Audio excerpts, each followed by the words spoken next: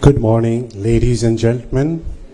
A very warm welcome to all distinguished dignitaries, Honorable Minister, delegates and audience members to this inaugural session of the Confederation of the Indian Industries Southern Region Higher Education Conclave 2025 on the theme of Reimagining Higher Education for India's $5 trillion economy.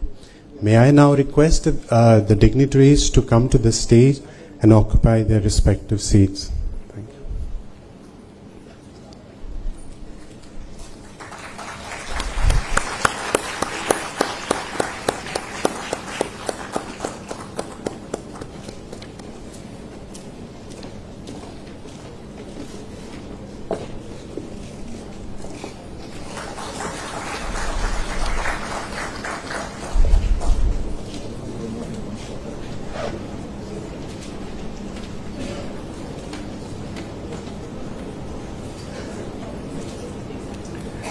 Thank you so much.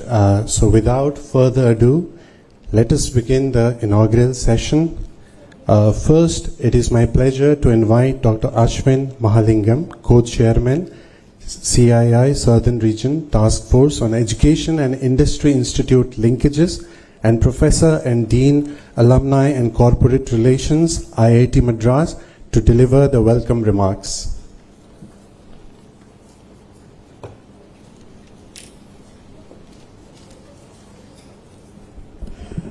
Thank you very much. Good morning again, everyone. And on behalf of CII and on behalf of our task force, it gives me great pleasure to welcome the Honourable Minister, Shri Nara Lokesh, to this symposium. Sir, we have a bit of a conundrum that we are facing. On the one hand, we say 5 trillion economy and, all of these jobs that we're going to create and things like this. But on the other hand, currently I'm also the Dean of Alumni and Corporate Relations at IIT, so I go around talking to industry. And everyone says the same thing. They all have long faces and they say we're unable to find talent.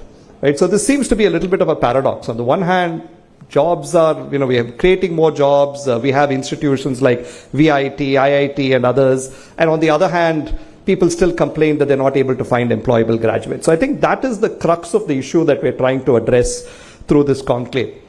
Now, as we were coming up the elevator, I was just telling the Honourable Minister that he and I have something in common. We both went to Stanford.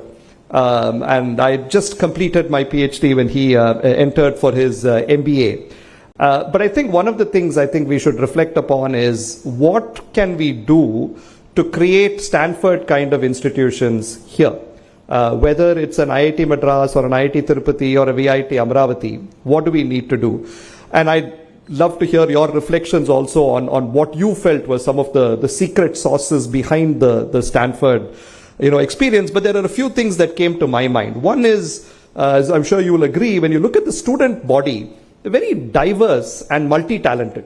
People were good at many things and they were not necessarily only academic fields. And I think that sort of was one thing that contributed to that university occupying pride of place. Second is you had this amazing group of faculty who were just dreaming and imagining wonderful things, and they brought a lot of that into the classroom and things like this, which really inspired and motivated people. They were extremely well resourced, so they could start new centers. We were just talking a little bit about quantum and what we're trying to do together. That's clearly one of the next big horizons as far as technology development is concerned. 4, there was this, there is this sort of DNA of entrepreneurship that pervades campus. Before you get there, you don't think about entrepreneurship. Once you're there, that's all you can think about. And somewhere, a mix of all of these, and perhaps there are other factors, led to a university which was not only trying to fill a few jobs that industry had, but was trying to actually create the next set of frontier ideas and technologies that could move the economy forward. So in some sense, what we are trying to do here, we had one session earlier this morning and we'll have a couple more after this, is to deliberate upon what we can do in India to get to that point where we have educational institutions that are leading the charge as far as ideation, technology development, research, training, skilling, all of these are concerned. And hopefully at the end of today, we would have made some progress in terms of thinking. But beyond thinking, we also have to think about how we would go ahead and implement. And that's where I think the support of government is going to be critical. I think in India, in the US, you can have these completely private universities that do well. But I think in India, we are at a situation in the history of our country where we need government, academia, and industry to work hand in hand. And hopefully, and I think this is the wonderful part about organizations like CII, because it's the Confederation of Indian Industry, but we have got the Honorable Minister with us, and some people like me who are chairing committees are from academia. So we get all of these groups together. So hopefully, we can continue plodding along, and at some point, really realize all of these visions that we have for India being an intellectual and technological superpower. So with that, I'd like to welcome the Honorable Minister and welcome all of you to today's events. Thank you very much.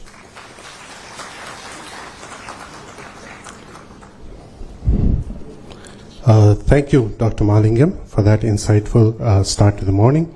To deliver the theme address of the conclave, may I now invite Dr. G.V. Selvam, Chairman, CII, Southern Region, College Excellence Cluster 2025, and Vice President of the Vellore Institute of Technology.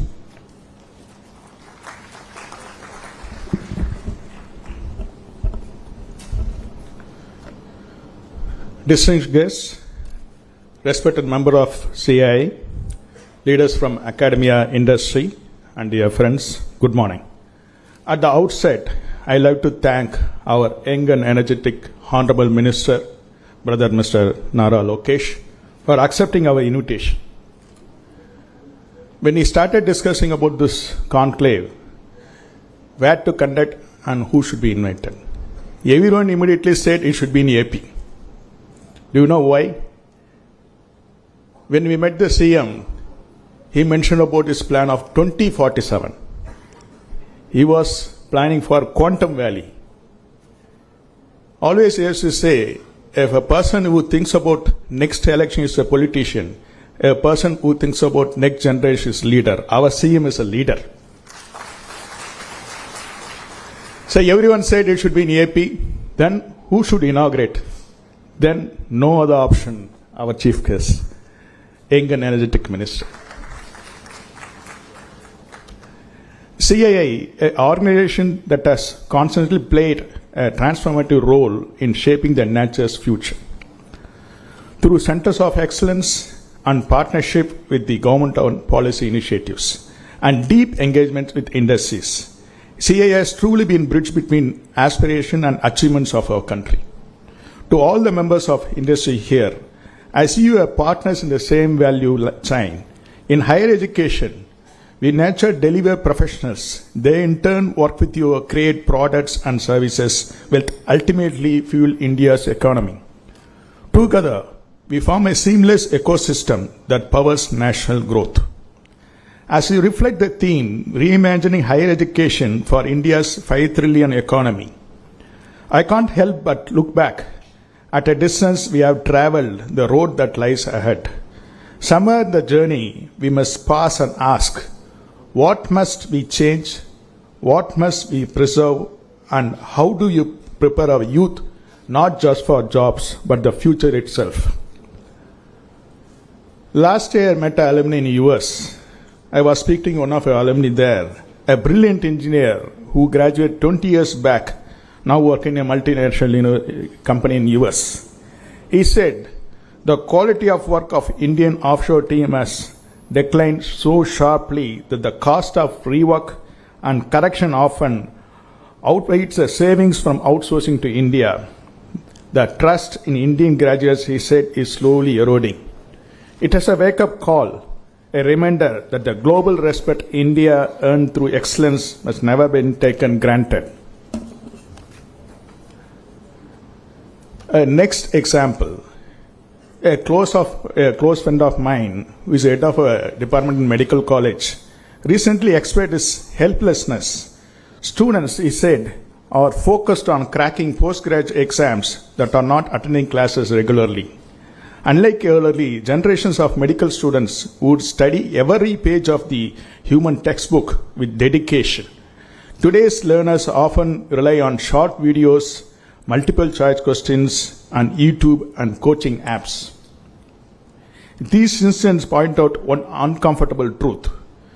What I can come to realize is, in our pursuit of making education accessible to everyone, which we had indeed achieved to some extent, but somehow long way, we have lost quality that one hour defined us.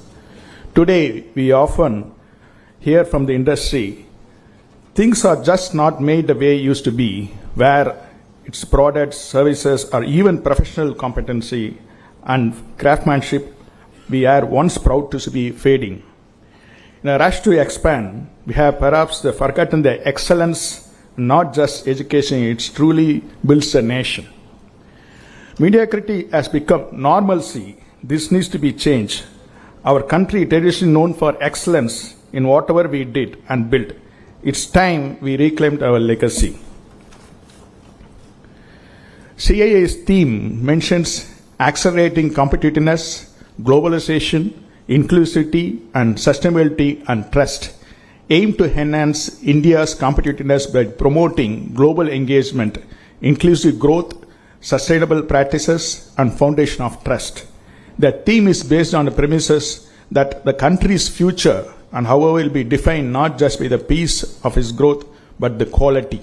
However competitive, inclusiveness, sustainable, and trustless is economical model that becomes great. At VIT, we take this message to the heart. We constantly remind our students, don't study for marks, learn with passion and mastery. We encourage practical implementation of their theoretical knowledge. We have seen recent trends. With changing visa policies, the number of Indians going to US has dropped. By this year, around 44% has dropped going to US. While some of this setback, but I see it as an opportunity. Necessity is the mother of invention. So during COVID, India succeeded because of this necessity. It has remained to us, educators, policymakers, and industry leaders, that we must create world-class opportunity right in India. As our PM said, make in India, we should make it study in India, study in AP.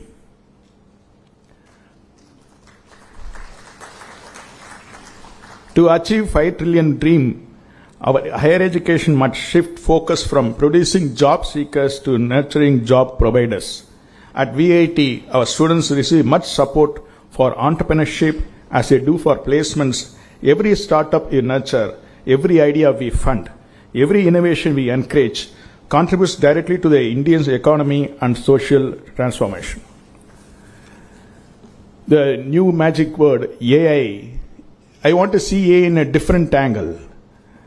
And finally, we cannot talk about future of higher education without addressing artificial intelligence. Yes, AI can make more efficient, but over-dependency can make us intellectually weaker. I often notice even a simple student request letter today identical. Why? Because of ChatGPT. Human civilization has progressed because every generation dared to push the limits of its thinking. Each era expanded the boundaries of imagination, creativity, and intelligence. But today, the rapid rise of AI, we quickly outsourcing even our thinking. The work that our challenge our minds is now being handed over to machines. If this continues unchecked, human evaluation will not move forward. It may in fact start to reverse. Our brains, like unused muscles, will begin to lose their strength. We must make our students aware of its danger. Technology should enhance our productivity, not erode our creativity. It is wonderful when machines take our physical burdens like washing machines, dishwasher, and or perform tasks beyond human capability. But when they start doing our thinking of us, we risk losing what makes our unique human and imagination. So today, relying entirely on calculators, smartphones, and internet. But what happens if one day these tools are no longer within reach? True learning must live within us, not as a device, not in the cloud, but not in our own minds. Our education system must ensure that students carry their knowledge within them at all times. Friends, this 5 trillion dream is not just an economical goal. We must reimagine higher education as the foundation of national competitiveness, innovation, and trust. Let's together do it now. I hope today's conclave will be very useful for national growth. Thank you.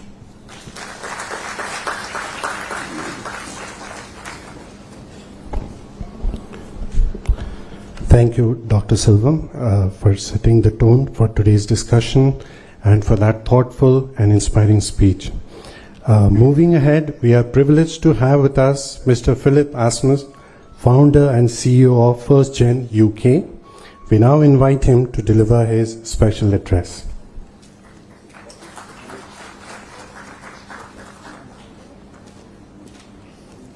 Good morning, everyone. Good morning, Honorable Minister and delegates. It's an honor to be here. I don't think anybody knows me, so just like 2 words in regards of that. I'm originally from Germany and have some masters and did a lot of stuff in my life. I've been an entrepreneur very up and an entrepreneur very down, and had a lot of experiences in regards how real life in entrepreneurship is. And I dedicated my life to a thing which is, in the beginning, a lot of people said, Philip, you're crazy. What is innovation also about, right? So reimagining education is one thing. You need education in order to create innovation. And when you monetize on innovation and have the impact as well, you can put something back in order to have more education, to democratize education as well. Not everybody has access to it, as we all know. So we started here in this university, Mr. Rajvangapandu reminded me, in December 23. So, and out of that, we created, out of innovation, 134 companies out of innovation out of India. Because what we do is, with a value, by the way, with like more than $1.5 billion. So this is wonderful. And the journey, what we started 1.5 years ago, is about the following. If you look at the numbers in innovation and the actual outcome is, in my opinion, somehow devastating, right? 3 to 4% of all innovation globally get funding. We know the numbers 90 to 99% up to fail. A lot of dreams, explode somewhere. And so a lot of potential is wasted. The innovation deployment is way too slow. So when I reimagined after quite some painful journey in life, is like a new way how to create value, how to create companies, how small and medium-sized companies are born. So how to increase the number of successes, how to give access to everybody to make it, right? Because usually it's a lack of knowledge, lack of resources, lack of money, lack of trust-building capabilities. So this is why we put also investment banks, like not the best topic here, but say we invented the first alternative to venture capital itself, right? So as a university or as an innovator, you have like multiple ways of monetizing this, like starting your own company. So you risk it all. But imagine you invent like 100 things. You can focus on 1 or 2, right?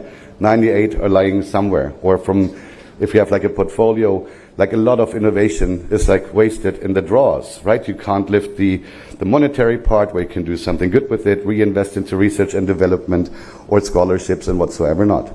So as I said in the beginning, we already built 134 companies as basically as a test run, and now we are executing on it in thousands. So our goal is, could sound a little crazy here, but it's a new model. We automate and standardize company building, right? And it's a fair payout system, so we don't have around financing. But our goal is to build up to 100,000 companies per year.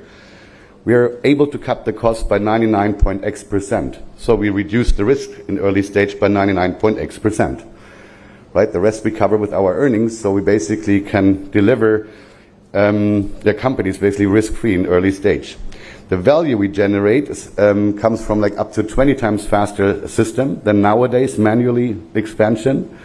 And so we can generate value better, right? So we can offer a service to students. First time you can think about, hey, I can push the risk and the sleepless nights and the hassle to a third party, also in masses. And this is what we offer, and we are now expanding.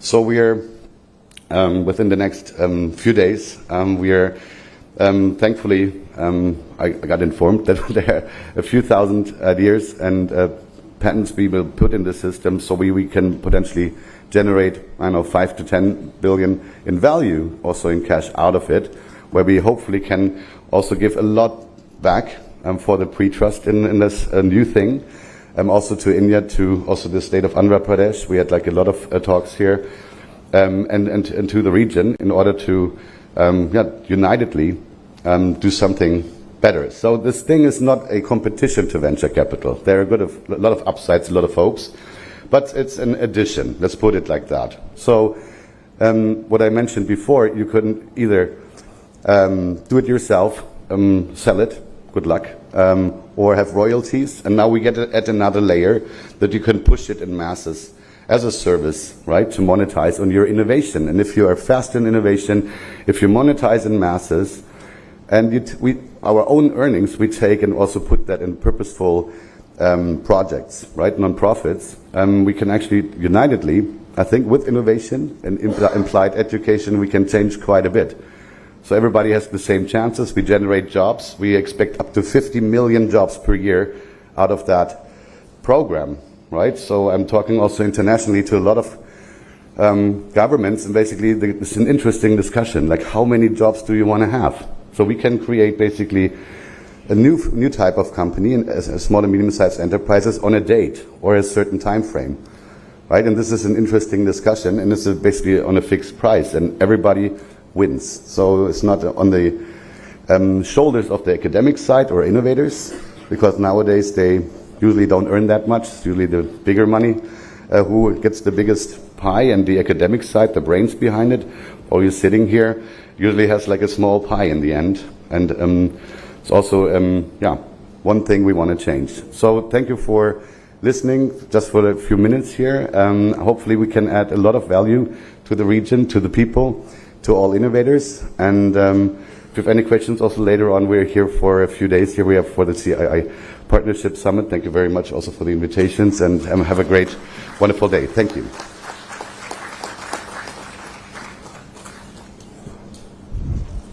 Thank you, Mr. Asmus, for that inspiring and very encouraging speech. Next, I would like to invite Professor K. Ratna Sheila Mani, Vice Chairperson, Andhra Pradesh State Council of Higher Education, Government of Andhra Pradesh, for this special address.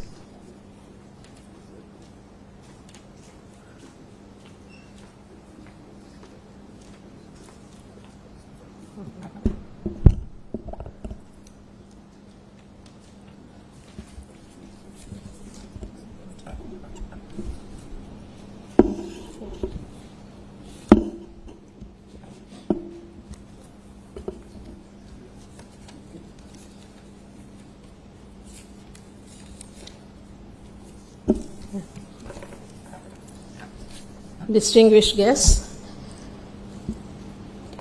particularly the Honorable Minister for HRD, Sri Lokesh Garu, then esteemed academicians, respected industry leaders, and all other members of the distinguished audience, and the students also.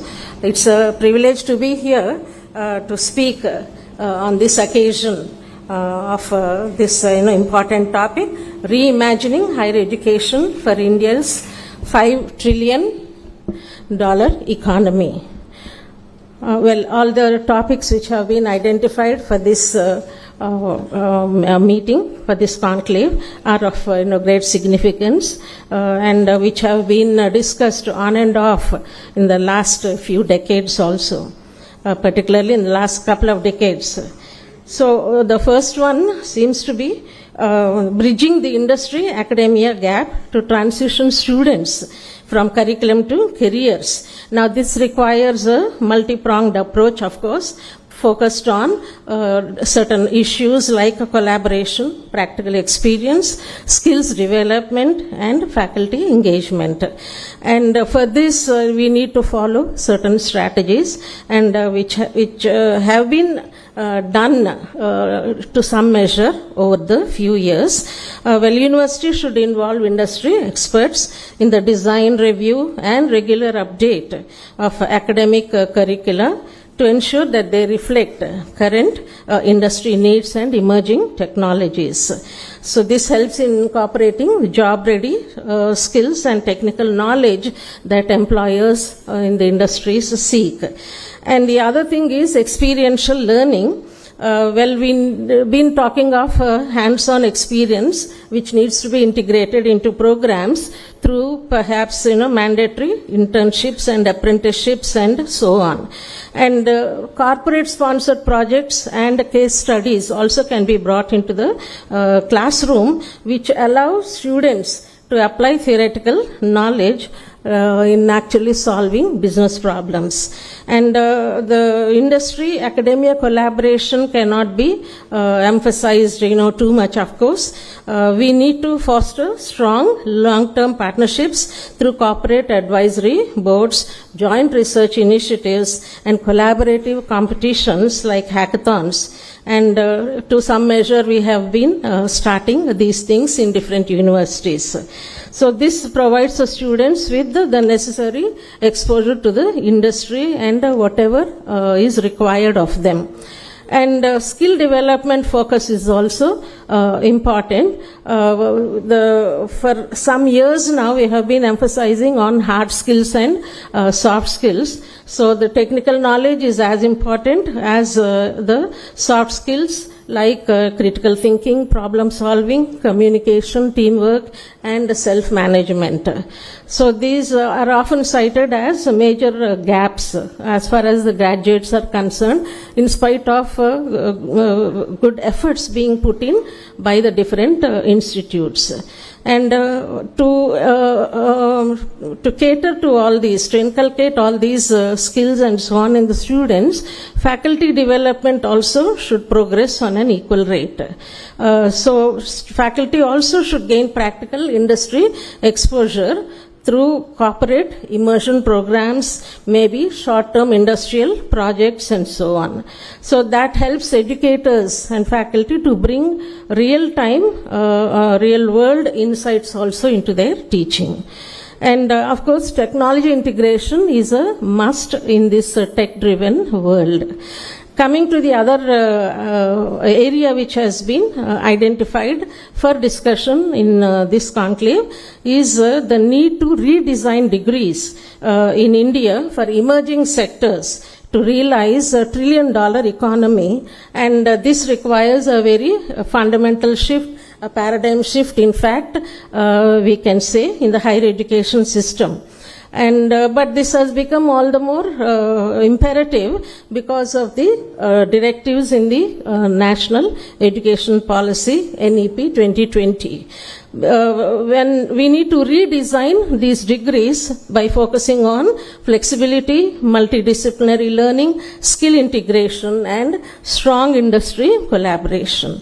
So when we have multidisciplinary and flexible curricula, I think we have to move towards holistic education, and rigid compartmentalization between different disciplines. For example, arts versus science, etc., cannot survive in today's world. They don't serve their purpose also. So we need to combine subjects. We need to allow students to combine subjects across disciplines. Perhaps computer science with management, or law can be combined with technology. Now, the other need is to integrate vocational and skill-based education into the curriculum, into the mainstream academic programs, so that the skill gap which exists in the graduates can be addressed. And maybe this requires mandatory internships, apprenticeships, and hands-on projects. And perhaps it has to be started in the first year itself. Now, focusing on emerging technologies is another strategy that we need to attend to. Our students have to be exposed to new age technologies like AI, ML, data analytics, cybersecurity, and IoT, the Internet of Things and so on. And we know that the government is also trying to establish centers of excellence in AI, particularly in key sectors like health, sustainable cities, agriculture, etc. And again we come to this point, the collaboration between institute and industry. This is necessary because hybrid learning and experiential learning are the focus these days, whether it be in sciences or technology or even in humanities or languages, particularly language teaching. We are speaking of the necessity of adopting online, digital and hybrid learning formats along with virtual reality and augmented reality in the classrooms. So this is what we have for long been describing as learning by doing. So the students learn a lot by doing, and it provides them the motive and the confidence also to move forward. And they can apply then the theoretical knowledge effectively to whatever things they are doing. And again, this also brings us to the importance of promoting innovation and entrepreneurship. And these days, many universities are becoming hubs for innovation with incubation centers, and there is also support for startups and encouraging students to transform their ideas into commercial ventures, because we have to be in keeping with the national development goals. But then this brings also the question, what about the public universities? And this is where I think governments have a major role to play. And not only that, I think private support is also necessary. Private universities are doing well, of course, as far as infrastructure resources are concerned. But then, how much is it possible as far as the public universities are concerned? Because if we see the emerging sectors, which have high growth potential in India, the redesigned degrees include technology and IT, fintech, that is digital payments and so on, financial services, renewable energy, sustainable development, pharmaceuticals and healthcare, and infrastructure. Then moving on to the other significant topic here, how the universities are playing an economic role, more so these days. They have to evolve from traditional degree granting institutions to dynamic innovation hubs. In the process driving regional growth and national economic growth. So for a long time, universities had two functions, major functions, education, teaching and research, of course, doing basic fundamental research. But I think they are now called upon to serve another mission, that is to serve as innovation hubs, to foster innovation among the students. And the thing is, universities are known to generate new knowledge through cutting-edge research, of course, but then which needs to be commercialized through other mechanisms like patenting, licensing of intellectual property, and so on. And again, fostering entrepreneurship also cannot happen without the collaboration between the university and the industry. And for innovation, again, you need lot of infrastructure. That's the point I've already made here. So again, if universities are required to play a significant role in this whole process, then how are public universities going to be performing? That's the question. And of course, universities also can serve to create job creation in the locality, in the region. So regional economic development also is possible by attracting investment and also contributing to whatever that region is famous for. So it may be fisheries, or it may be marine biology, or it may be some other thing which that particular region or district is famous for. So by contributing to knowledge in that area, also, and performing, encouraging students to do more research, I think that way also to the universities can contribute to the local regional economic development. And the other aspect is internationalization of education, which has always been there in the last, I think, decade or 2 decades. Several universities have foreign students, of course, and also in the research programs. So in this way we need to integrate an international, intercultural or global dimension into education. This is with the aim to prepare students for an interconnected world because of the impact of globalization. And there are several benefits, of course, of this aspect. One is economic. Well, in many countries, they see at the additional revenue that can be achieved because of the presence of the international students. And the other one is academic and educational. When you have internationalization in educational institutes and so on, we can foster collaboration, we can promote exchange of knowledge, and encourage the faculty to maintain international standards. At this juncture, I think I wish to make this point also. In many universities, for awarding PhD degrees, 3 examiners are a must, and in some universities, the 3rd examiner is usually from abroad, a foreign examiner. So that enables the faculty and the students also not to dilute the standards, because they know that all the 3 examiners have to pass their thesis or whatever. So we faculty then are encouraged to meet international standards and not become too local or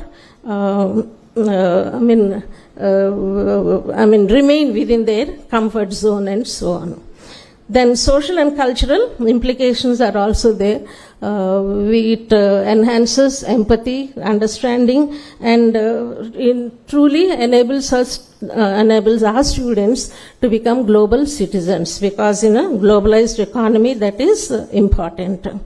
And so in this process, there have been mobility programs, of course, involving physical movement of the students, faculty, researchers through study abroad, exchange programs, and so on. Not only that, offering joint research initiatives, dual degree programs, and the establishment of international branch campuses and so. And the last one, which has been identified, is leveraging technology in education by integrating digital tools and resources so that learning becomes more engaging, accessible, and effective. And the AI-powered platforms I think are increasing these days, not just in science and technology, but even in language teaching. There are researchers who are experimenting with using AI-powered tools in teaching languages. And that way we can have an interactive content which caters to individual student needs and learning styles, and they can learn at their own pace. And also because of this, we have lot of access to information and other resources in the form of online libraries, academic journals, massive open online courses like MOOCs and so on. And so by way of conclusion, this is a call to collective action. The road to a trillion economy which is the backbone of what the Prime Minister calls Viksit Bharat, is a developed, knowledge-driven India, and this is possible only in collective action. So when academia and industry come together, innovation becomes not only possible but sustainable and impactful. So, as I said once again, if you permit me to, this is nothing new today, but maybe is getting reinforced even more because of NEP 2020. But we have been talking of the presence of industries in boards of studies in the different subjects of different universities and so on.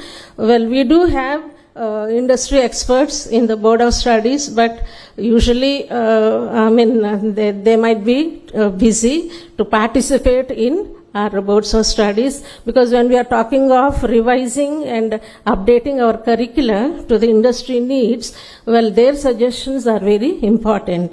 But sorry to say, though this has been going on for a lot of time, at the most there is only a tangential involvement between the industries and the universities. So more industry involvement in the universities, in the institutes, I think will result in a much more fruitful and fruitful economy, and also in terms of scientific and technological development. Thank you for giving me this opportunity.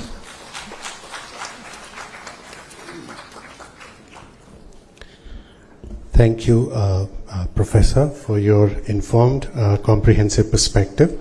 And now, ladies and gentlemen, the moment we have all been waiting for.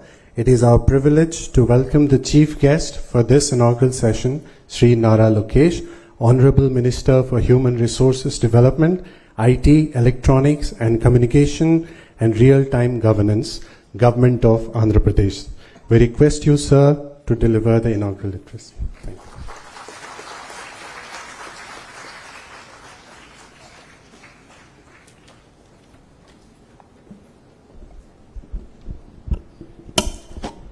Distinguished guests, industry leaders, academicians, innovators, my dear students, good morning.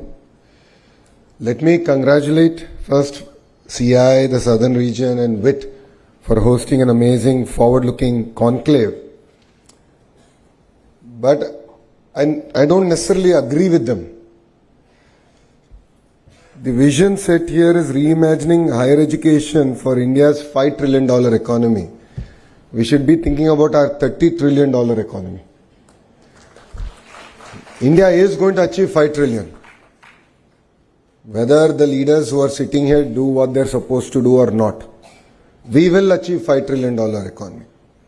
The question is, how fast can we achieve the Honorable Prime Minister Shri Narendra Modi ji's vision of India achieving its $30 trillion economy depends on the kind of reforms, collaboration, changes that we all do together here. Economic growth is not possible without intellectual and human capital being harnessed. Higher education is not merely a sector for me, it is a strategic pillar here in Andhra Pradesh. 54% of our population is under the age of 25, which makes us one of the youngest workforces. It is a greater asset, and yes, demographic dividend is here to be harnessed. But it also presents unique challenges. The challenges is in terms of our employability, in terms of our ability to adapt to the changes that the world is going through. Only 34% of India's working age population has received a formal training. This is compared to 96% in South Korea, 80% in Japan, and 75% in Germany. The recent economic survey stated that only 51% of our graduates are employable.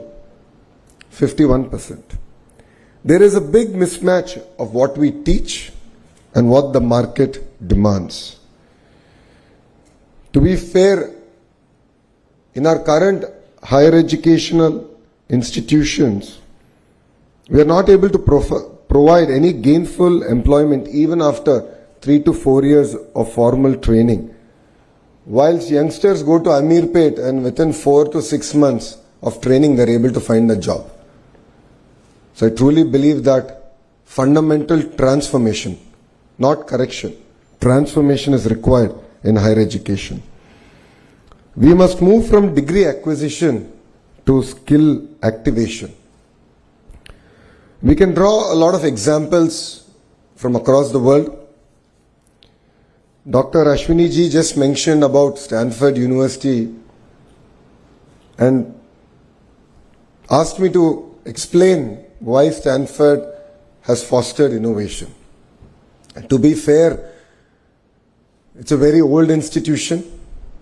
It has built itself organically.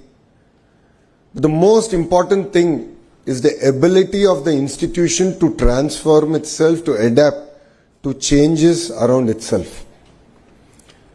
And when I went to Stanford, I was part of the old curriculum at the Graduate School of Business. I was literally the last batch of the old curriculum. And Brahmni, my wife, is also Stanford MBA. She was part of the new curriculum. And there's so much of sea change between the curriculum, the approach, that even universities have to start transforming themselves. Otherwise, they become irrelevant. Professor Ratnaji just mentioned about public universities. So that is my concern. Public universities also should transform themselves. They should be led by best in industry to drive changes. Only then will they also be relevant in higher education. There is always a persistent gap between, academia and industry. Lot has been discussed today about it. But it's very, very important that we accelerate reforms. So APSHI, Vice Chair, is here. All the thought leaders are here in this room. What is important is pace, speed at which we bring in the change. We must accelerate reforms through dynamic curriculum updates, structured internships, mentor and career guidance ecosystem, and faculty immersion programs. This is not merely a luxury, this is need of the hour, this is necessity for India.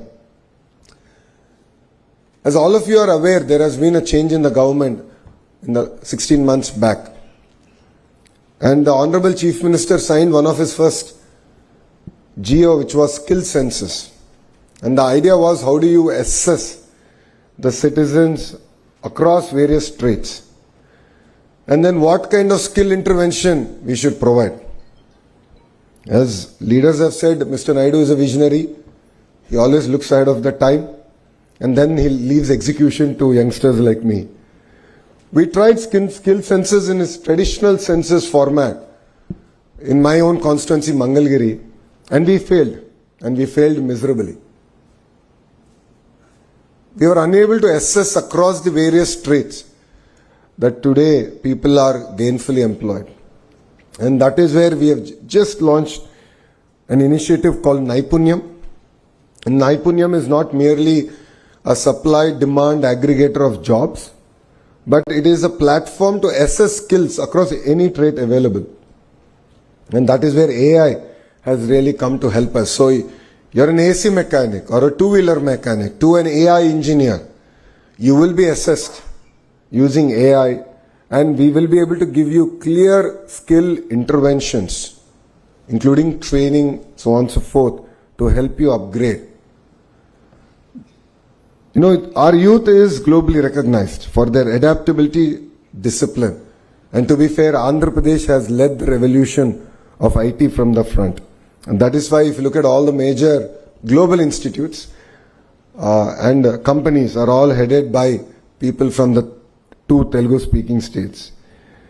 We have great institutions now in Andhra Pradesh, including WIT, the IIT Tirupati, IIM Visakhapatnam, and of course our public universities are going through their own transformative phases. But what makes it even more exciting is Andhra Pradesh has positioned itself for the next generation of jobs, next generation of startups. It could be in data, it could be in quantum, it could be in innovation. Andhra Pradesh will lead from the front.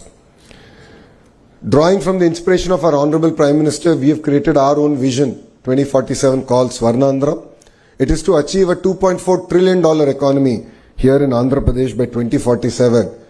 And to all the youngsters here, because you will definitely see this vision happen, you will see 2047. Take it from me, we won't need that much time here in Andhra Pradesh to deliver our target. I believe that there are 5 transformation pillars that are very, very important for us to achieve it. One is curriculum to careers. It's very, very important to shift from textbook learning to competency-based problem-solving education. And every syllabus must be co-designed by industry to be measured against employability outcomes. Professor Ratnaji explained that industry apathy is there. I don't necessarily agree with her. The titans of industry have very limited time. We as a state have to be proactive.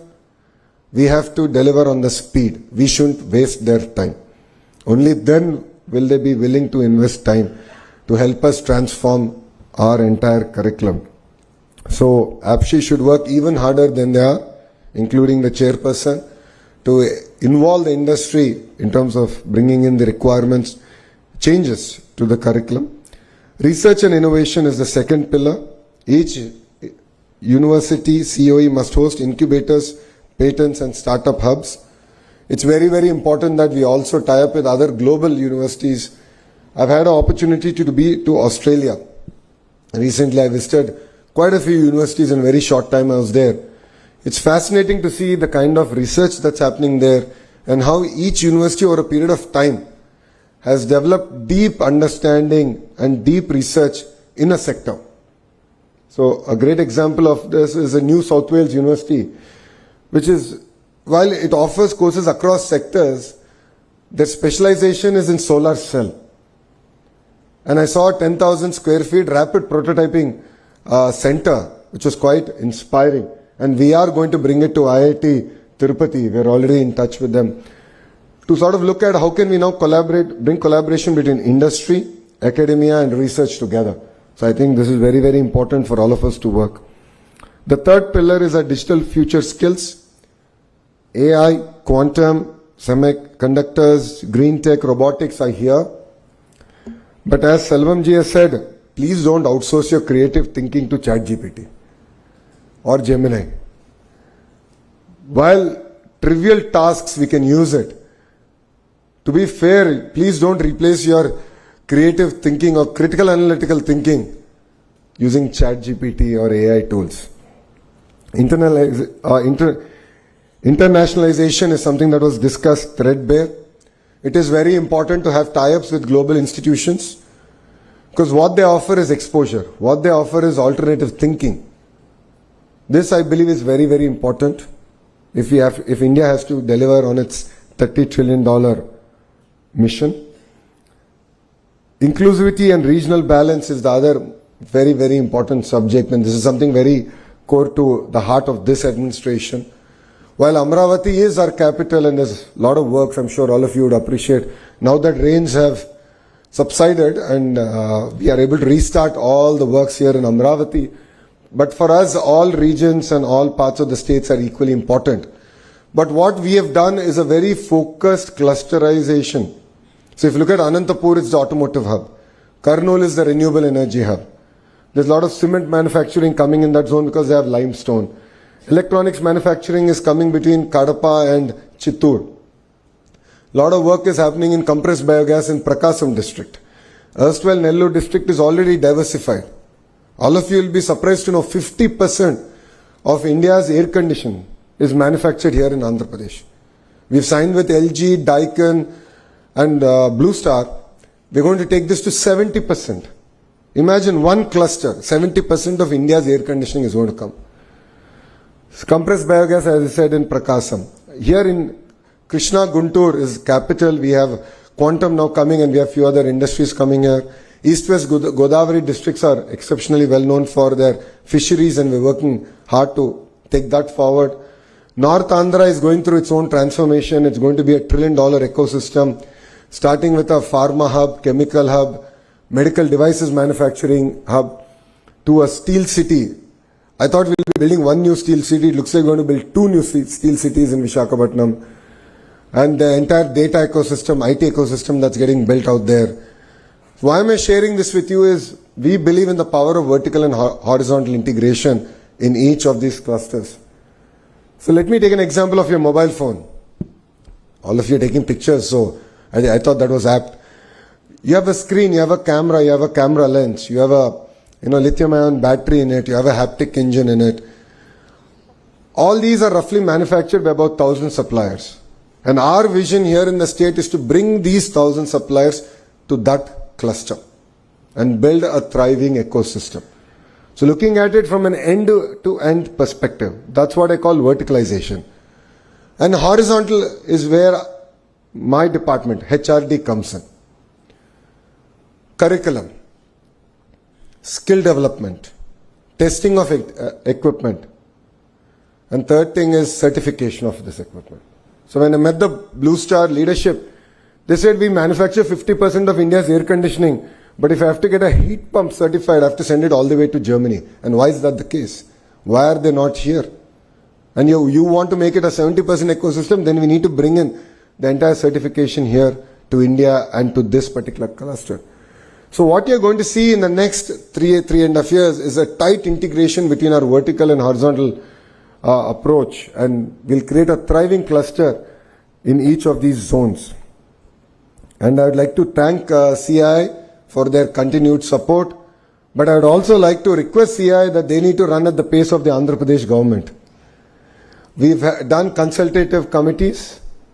We have a sense of urgency.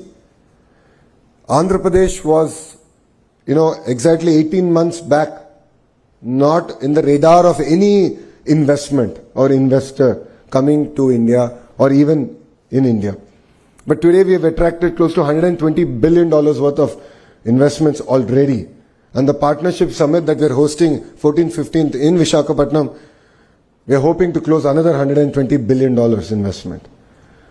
By the end of our term, as we go for re-election in 2029, I have a vision that we can attract $1 trillion worth of firm commitment. So these are investments that obviously will not get done in the year that they're signed, but they will start. So if you look at ArcelorMittal project, it takes 7 years for all 3 phases to be implemented, but $15 billion will get invested in that project. If you look at the Google Data City, it's $15 billion that will get invested in 3 years. So we will bring $1 trillion worth of investment here to Andhra Pradesh, but I would request CII to run at the pace of Andhra Pradesh government so that we can work collaboratively, we can look at changes proactively, and we are here not to waste your time. We are here to take your input and implement it to make sure that the Andhra model of collaboration is truly implemented in spirit. So industries should co-design curriculum. I think that's something that all of us touched upon. Universities should host industry labs. So I'd request WIT also. I know quantum computer is coming here, but I think we should look beyond even quantum and few other areas that we can sort of engage with. And of course, as a government, we are here to provide an enabling framework, a policy framework that is not rigid, that is not tight. Madam Ratnaji did mention the importance of cross-collaboration, humanities working with computer science. I agree with Madam because I am a product of it. My bachelor's is in information systems, but in Carnegie Mellon, it was not part of the computer science school. It was part of humanities and social science. So where 50% of our curriculum was about managing people, projects, execution, timelines, and 50% was only on technical programming, coding, and so on and so forth. So I think we have to, as state, as APSHI, we have to be a lot more flexible, lot more proactive. Our policies have to be very, very proactive to ensure that this kind of collaboration can actually be achieved. And yes, together with all the youngsters in this room, we will make India proud. And honestly, I'm tired of hearing about Beijing, Shenzhen, Tianjin. It is time to hear about India's models. We have a gift city, we have Amravati, we have our own models that will thrive over the next decade, and together all of us here can make it a reality. If we have to achieve this, if we have to make this a reality, the most important thing that all of you need to have is fire in your belly. You need to have it. As a government, we will provide the framework. As educationalists here, they will provide world-class education here. Skill development will be provided. But one thing we cannot give is fire in your belly. You need to have it. You need to set tall goals and you need to go chase those tall goals. When this government came in, we didn't expect to achieve $120 billion worth of investments in such a short time. To be fair, that is equal to the investments in the last 10 years of Andhra Pradesh history. Last 10 years. But then we are not happy. We said we can do even better, we can do even more. And that is why we're chasing it. That's because we have fire in our belly, and it's important that you have fire in your belly. And dream big. People around you will laugh. People around you will make fun. But if you don't dream, you really cannot achieve what you want to achieve. If we don't dream, we cannot make India a developed nation. So dream big, but then care to achieve. You have to be meticulous, you have to focus on your execution and ensure you put in the time that is required to deliver it. And honestly, life is not a destination, it's a journey. It's important that we constantly learn. You constantly expose yourself globally on what's happening. Enrich your knowledge, work together and build a collaborative environment. And life is never a straight line. The highs are very high, the lows are very low. If there's anyone who's gone through it, it is me. In 2019, when I contested in my constituency, which my party only won in 1985, I lost. A lot of people made fun of me, but I didn't care. I said my goal is set. I am going to go about achieving it. 5 years I worked hard. I didn't leave it. I refused to accept defeat. And 2024, I won it with one of the highest majority in Andhra Pradesh history. Life is not fair, but then keep at it. Only if you work hard, you can achieve the targets that you set yourself out to achieve. And Partnership Summit is one forum. I know that quite a few partners here are coming. We should engage, we should exchange ideas. And definitely my goal is very simple. Strong states is strong nation. When states compete, India wins. So we will compete with Tamil Nadu, Karnataka, Telangana and all other states, including Gujarat. And I'm sure India as a country will win. And the most important thing, I would like to request APSHI, WIT, to all our partners here, that speed is of the essence. It's no longer about big versus small. It's about slow versus fast. Today, Andhra Pradesh is able to ground so many projects. It's sheerly because we take it upon ourselves to ensure that speed is delivered. Only then we can achieve what we want to achieve. I know that curriculum changes are not easy. I know that there's always will be a lot of resistance. But I would like to request the titans of the academia also to approach the subject with open mind. What we have done so far has worked for us. I'm not saying it's not worked for us. But I don't believe it is enough to take us to our $30 trillion goal. So we have to have open mind. We have to embrace changes a lot more proactively. All the HODs have to look inward into their own departments. See how we can sort of improvise. It could be a transformation or it could be reforms. But we have to do it. There's no second thought about it. So I request all of you to embrace speed and definitely make Andhra Pradesh proud. And all of you are part of history. You know, when I was growing up, because everyone here is quite younger than I am. So when I was growing up, I saw Hyderabad develop in front of my eyes. I was jokingly saying, I've seen every part of Outer Ring Road get developed in front of my eyes. I remember how we used to crib that there was no connectivity to Shamshabad airport back then. But today it's of course very well connected. You're exactly seeing that magic happen in front of you here in Amravati. Next 3 years is going to be a really transformative experience for Amravati, for Andhra Pradesh. And all of you are going to witness history in making. And all of you should be part of this history. You should look at starting companies. You should look at nurturing things. Embracing opportunities that the great state of Andhra Pradesh is going to give you. So thank you very much. Thank you very much for having me here. And I look forward to more interactions. Next time around, I would love to interact with students, understand their aspirations, their expectations. And I'll bring my entire APSHI here. They will also have to understand, because I keep telling them they're yet to catch up to my speed. So they need to come in front of students. I think then they'll be able to appreciate the hunger, the fire in the belly that our children have. I look forward to coming back and interacting with students again. Thank you very much, and Jai Hind.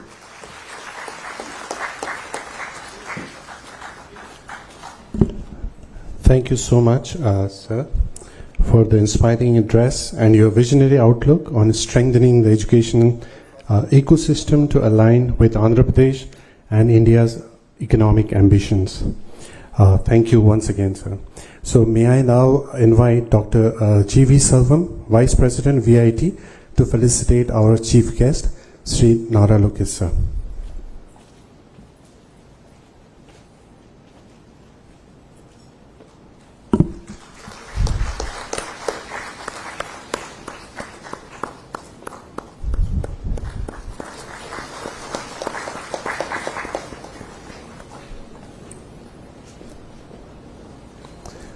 Thank you, sir.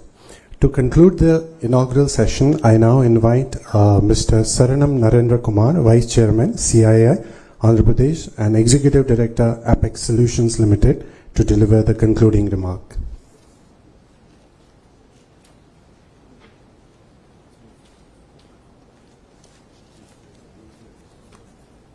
So good morning, everyone. It's always difficult to grab the attention after a fantastic speech by our Honorable Minister, but still I'll do my part here. So good morning, and Mr. Nara Lokesh, Honorable Minister for Human Resources Development, IT, Electronics and Communication, RTG, Government of Andhra Pradesh, Professor K. Ratnashilamani, Vice Chairperson, Andhra Pradesh State Council of Higher Education, Mr. Philip Assams, Founder and CEO, First Gen UK, Dr. G.V. Selvam, Chairman, CIISR College Excellence Cluster 25 and Vice President VIT, Dr. Ashwin Mahalingam, Co-Chairman, CIISR Task Force on Education and Industry Institute Linkages, Co-Founder, OCAPI Advisory Services Private Limited, and Director, IIT Madras, and distinguished speakers, members and industry and friends from media. Ladies and gentlemen, as we conclude the inaugural session and step into an enrich with newer ideas, insights and forward-looking conversation, it is essential and pivotal. The higher education plays a vital role to become a $5 trillion economy. As our minister just now mentioned, that we need to be a $30 trillion economy by 2047. That is the mission for Viksit Bharat 2047. Along with that, and AP wants to be at $2.4 trillion economy, and we want to march along with the national guidelines. And today's our discussion is going to be on bridging the industry-academia gap, readdressing the degrees for emerging sectors, and higher education and internationalization. Will explore how our education system and ecosystem can become the true engine for our national progress. So I would like to mention a few of my experiences here. So since how the ecosystem to be transferred. In one of the meeting, so I was talking to Rajiv Chandrasekhar ji. He was mentioning now the industries and all coming up where the metros are there, where the infrastructure is very well established. Now the future is getting transformed into the place where the knowledge is available, where the skill set is available, where the productivity is there. So industry is going to come to the places where the knowledge. Now this is the place where we have so many universities, the knowledge is here. I am sure that this place will be a happening place in a near future. And apart from this, in one of our discussion, Mr. Bhatia, Apple CEO, when I was talking to him about how the production expansion is going on, he mentioned very clearly they have been in this industry in India, the manufacturing, because of these production linked incentive schemes.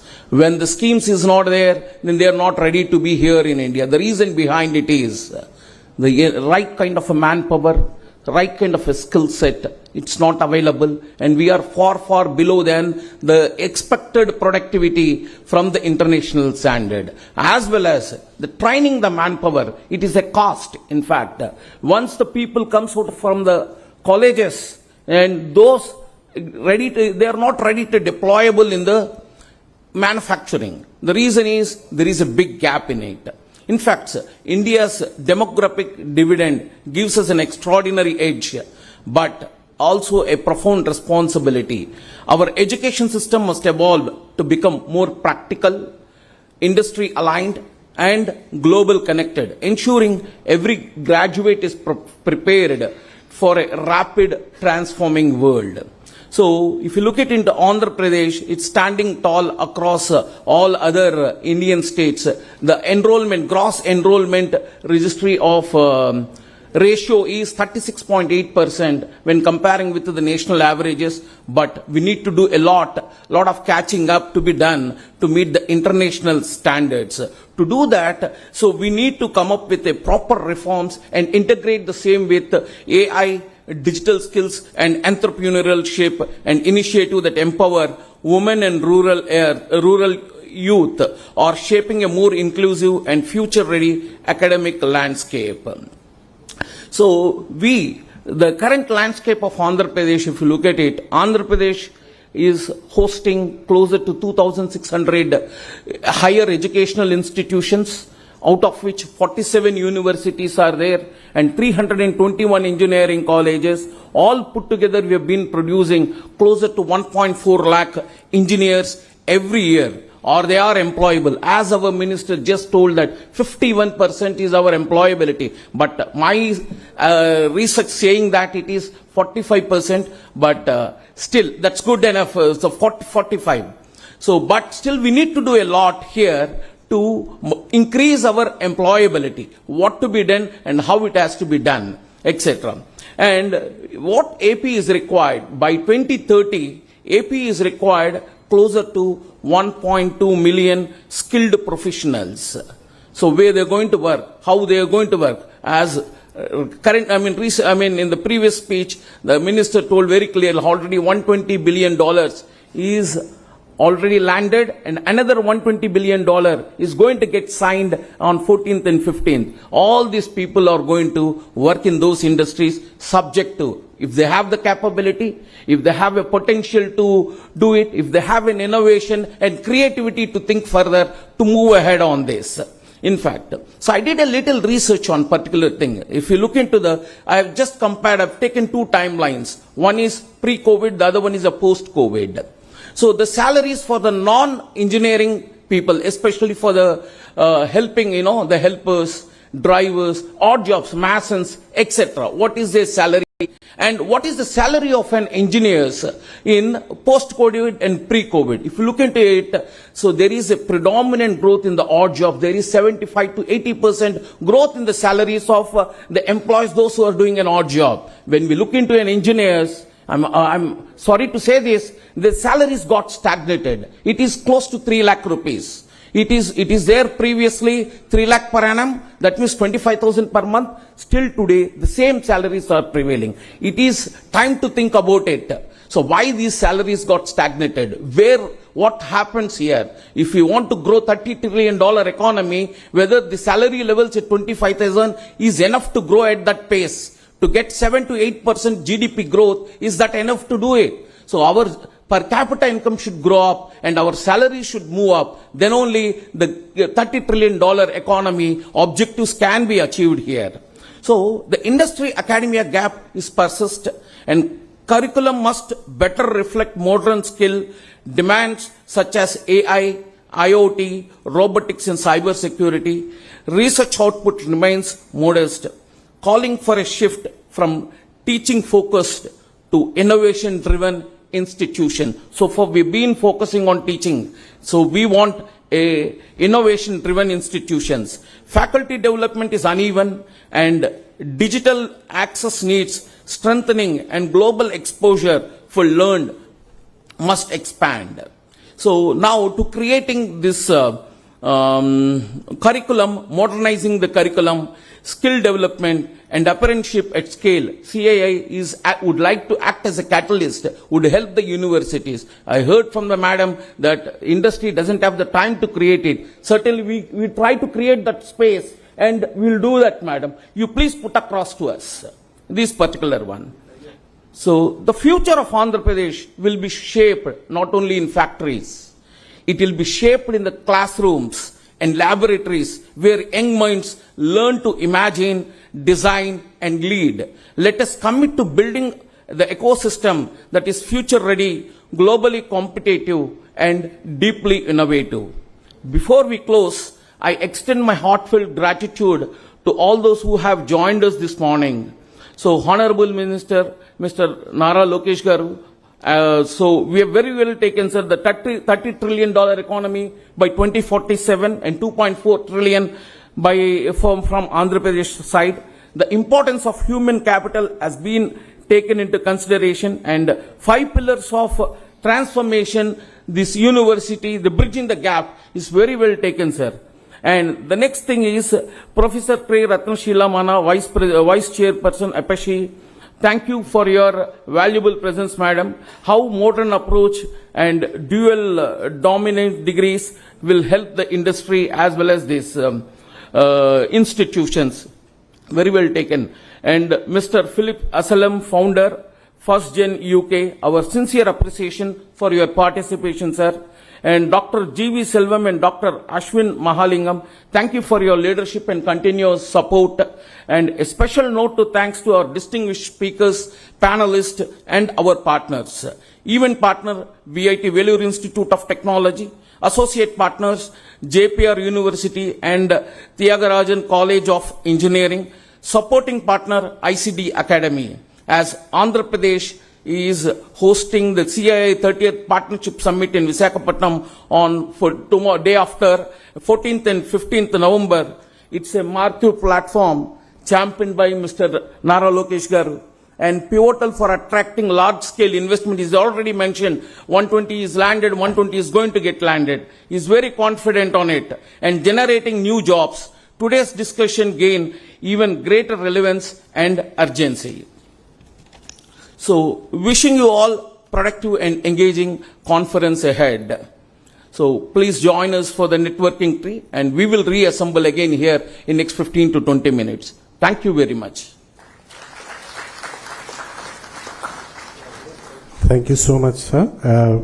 Ladies and gentlemen, that brings us to the close of the inaugural session of the CII Southern Region Higher Education Conclave 2025. We extend our heartfelt thanks to all our dignitaries for sharing their valuable insight. Before we let you go, dear guests, dignitaries on the dais, I would request you to please stand up for a group photo.